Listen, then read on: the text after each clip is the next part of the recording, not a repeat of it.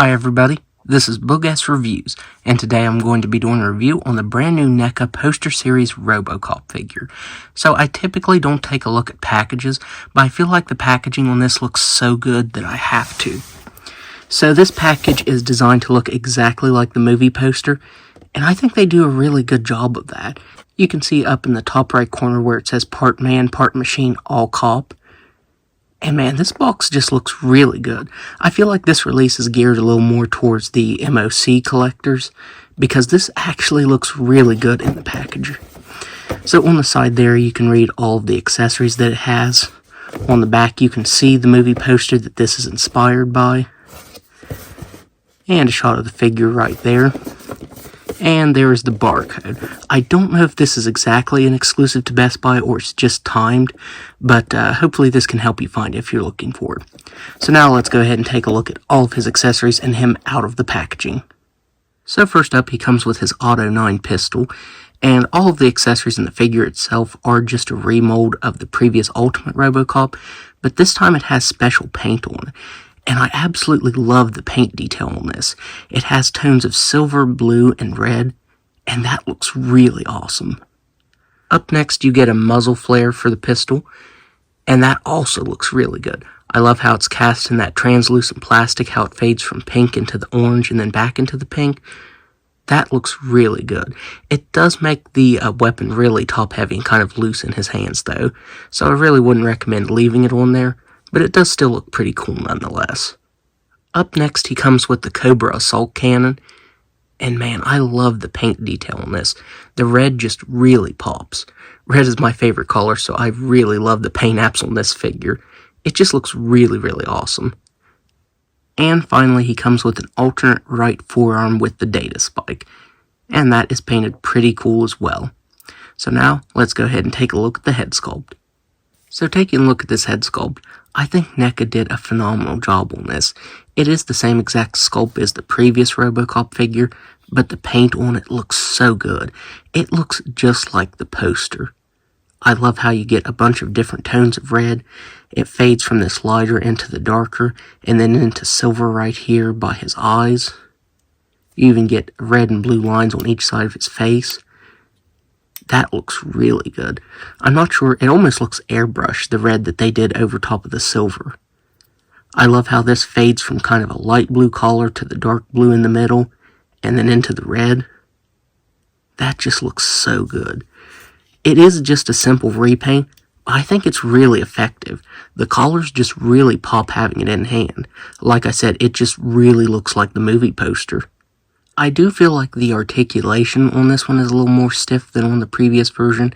I think the joints on the previous version were a lot more fluid. The right thigh is also really gapped. I don't know if maybe it's because of the feature right here where you can put his gun in. That might be why it's made just a little bit differently.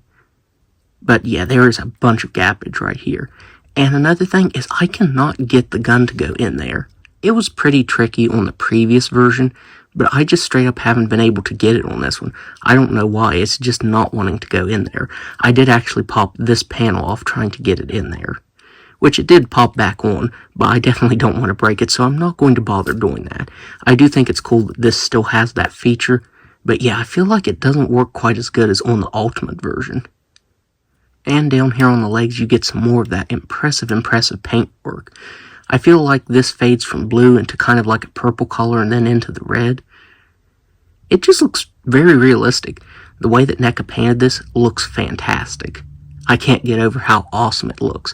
Even though I do think it does look better in the package, it still looks great out of the package as well. The colors just really pop on this. So now, let's go ahead and go over his articulation. So he has a ball-jointed neck that can look up just about all the way. He can look down all the way, side to side very nicely, and all the way around. Shoulders that can only move out that far before they hit on his chest.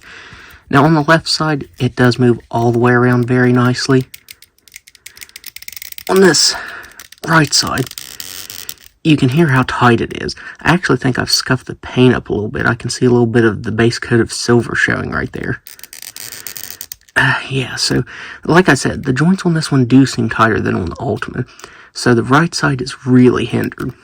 He has single jointed elbows that can only bend in that far, swivel at the forearms that can move all the way around, ball jointed diaphragm that can move back a decent amount, can't really move forward at all, side to side very slightly, swivel here at the waist, ball jointed hips that can only move out that far.